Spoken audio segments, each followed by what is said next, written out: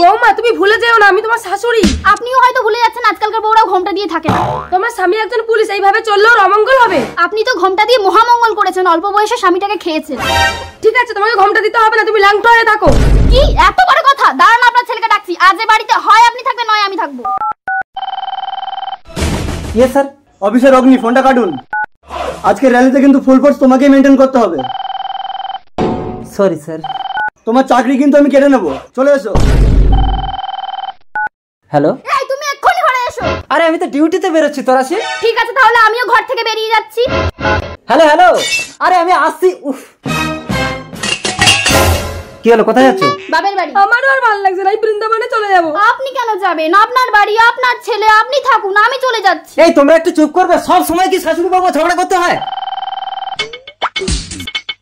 হ্যাঁ স্যার বলুন। তোমাকে আর আসতে হবে না, তোমার চাকরিটা আর নেই। না না, তুমি কি ভেবেছো? এই স্টপ স্টপ স্টপ, দাঁড়াও, তোমাদের ঝগড়া চিরদিনের জন্য থামিয়ে দিচ্ছি। কোনোদিন আর ঝগড়া হবে না। অগ্নি অগ্নি অগ্নি, তুমি এটা কি বললে অগ্নি?